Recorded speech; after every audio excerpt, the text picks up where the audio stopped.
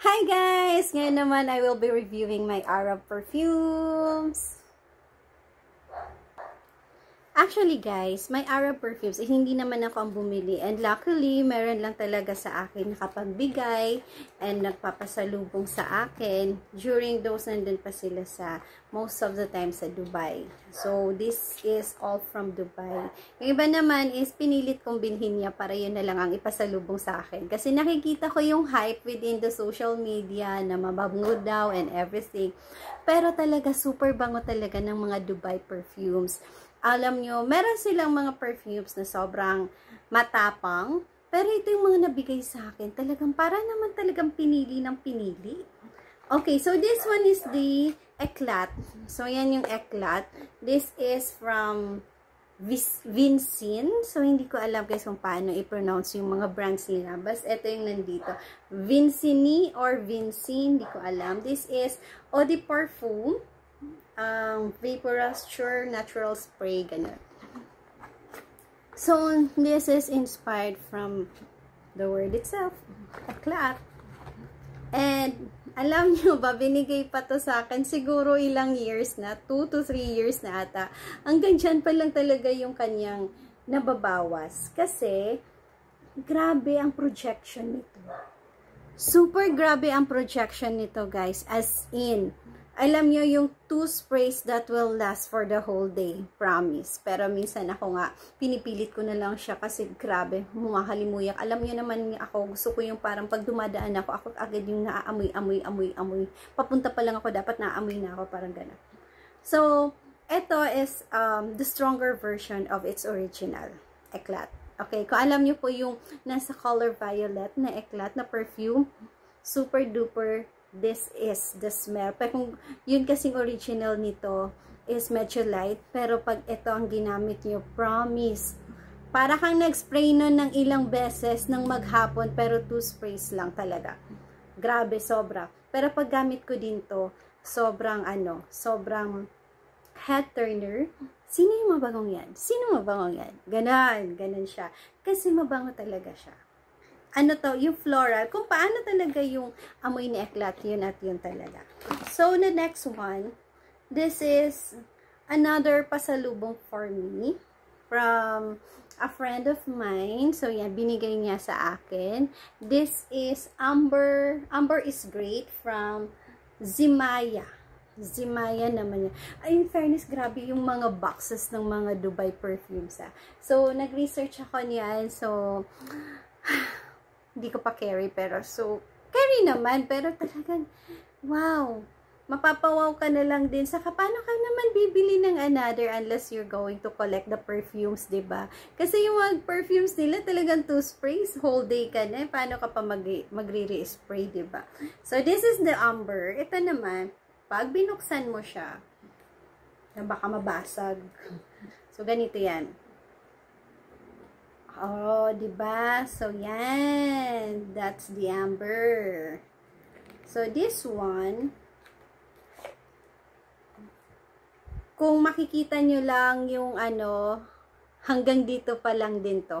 Pero this was given sa akin ng mga, siguro 2 to 3 years na din na binigay sa akin. Or, yeah, 1 year ata din pala, hindi naman 2. So, eto. So, ang scent naman nito is vanilla. Parang sugary vanilla.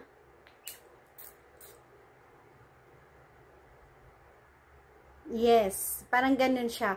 Pero alam niyo yun, parang sa una, it's you're gonna feel the Middle East scent. Pero hindi masangsang sa ilong.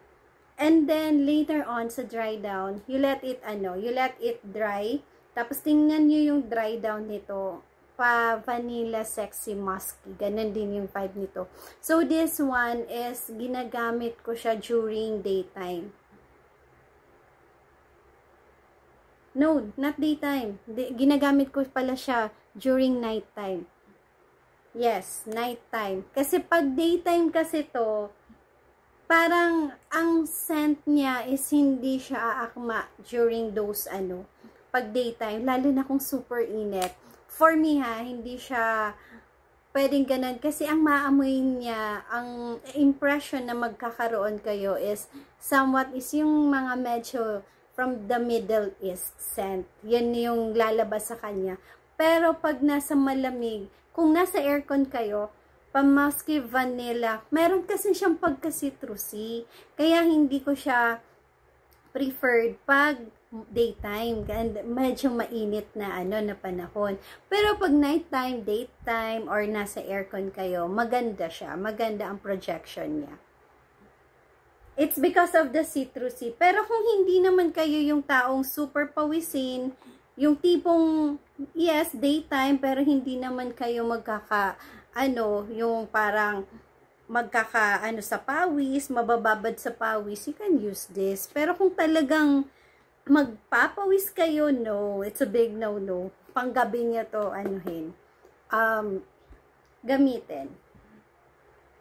Alright. Pero hindi siya ganun kasangsang sa ilong at masakit sa ulo. Mabango siya. Yun nga lang, hindi talaga siya akma sa mga body chemistry for the Philippine weather during daytime. And it is also oil-based, Oil-based din siya. Last but not the least, and this one. This is the Yara, the Latafa Yara. So, this Latafa Yara na in pink, masyado tong hype na hype, lalo na sa TikTok, kasi masyado daw talaga tong mabango. So, first impression ko, this will be floral, but, kaya gusto nila. So, this is, kung hindi kayo into vanilla scent, ewan ko na lang, pero mabango din naman siya. Ang naamoy ko kasi dito, this is vanilla scent, gourmand vanilla scent, pero may coconut. Okay, so may coconut. I'm not into very coconut vanilla na amoy, pero this one, nakikerry ko siya. Pag gamit ko din to, marami din ang nagtatanong, anong pabango mo? Anong pabango mo, ma'am? Parang gano'n. Pero hindi ko sure kung nababanguan ba sila. But, so far naman yung iba kasi is nagsabi talaga sila na parang mabango sa kanila.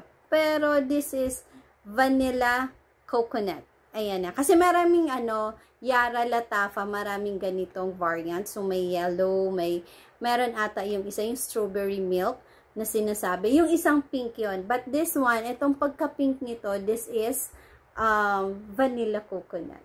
Okay? So, pero pwede din to sa daytime. Pag makikipag-date ka, this is also good for cold weather or naka-aircon, cold environment. Pero mas preferable ko din naman to na magamit nyo during daytime compared dito kay Amber. Mas maganda to. Okay, so, pero lahat naman mabango. Yun lang, depende din naman yan sa sense of preference nyo. So, ayan, pwede nyo na. At sana nakatulong ako kung anong gusto nyo scents from Dubai. And hoping, sana nga magkaroon pa ako ng ibang Dubai perfumes. Thank you so much!